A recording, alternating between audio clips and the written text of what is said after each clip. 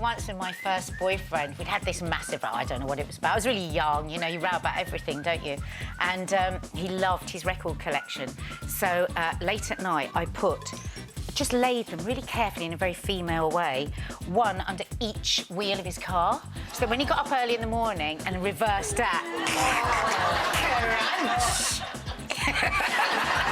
I was really, really bullied by someone who's a very well-known newspaper editor, and I wouldn't even dignify them by calling them by name now, because I decided that after I stopped working with them, I wouldn't mention them. I'd just exorcise them from cut them out of my head. And actually, I was at a big awards ceremony a few years later, and someone was so upset, one of my work colleagues, about what this person had done to me, he went up and punched him in the face. I have taken revenge in the past. But I don't believe in it today. I want you grown out of it. Well, yeah, I think... Well, OK, so I'm going to tell you what I did. Oh, good. Basically, my ex cheated on me, and so I cut off all of the arms. Oh, I thought she was going to say that.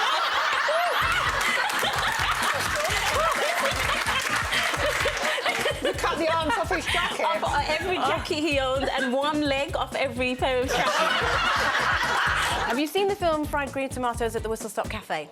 OK, that happened to me. But the bit at the beginning, not at the end when she says, sorry, girls, I'm younger, faster and more insured. Basically, I saw space, saw someone coming out.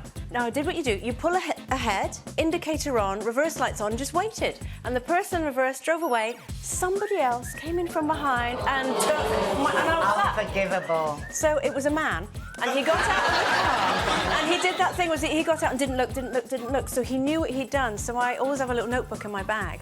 So I'm going to say it in a polite way. So what I wrote was, you are a very rude man. And I did, that bit was true. You are a very rude man. I hope you're the size it deserves to be. And then I drew a little smiley face. Oh, I thought you were going to say you drew it. Really cool. And I got a little smiley face, and then I put hashtag rubbish at parking.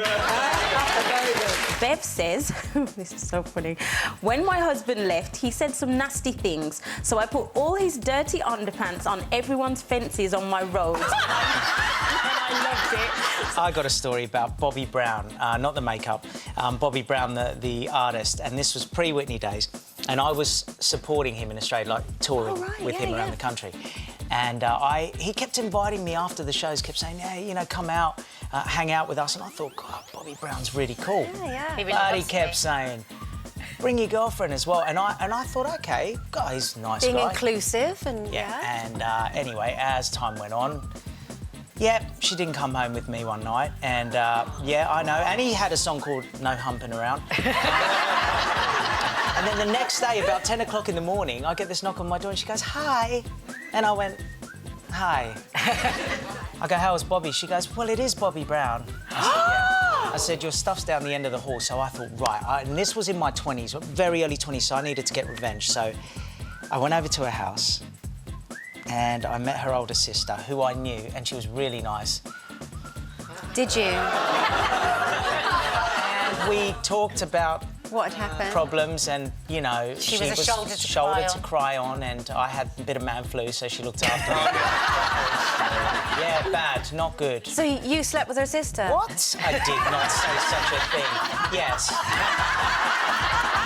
When I lived in London years ago, I moved onto this lovely cul-de-sac. It was all lovely, you know, and everyone was nice when we first moved in, and the boys were only little, and it was a very safe cul-de-sac, so the boys used to go out and play football. And then my next-door neighbour came out, this older guy, one day, and he said, could you stop your children making this look like a council estate? Well, he was brave. You can imagine. So I said, oh, OK. So I stopped mowing the front lawn. So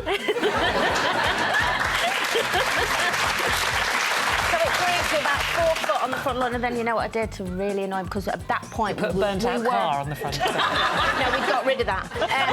No, we were moving at this stage anyway, and we'd just managed to sell the house. So what I did was, before I left, I had 2 beautiful trees in the front garden, so I put a washing line on all the washing.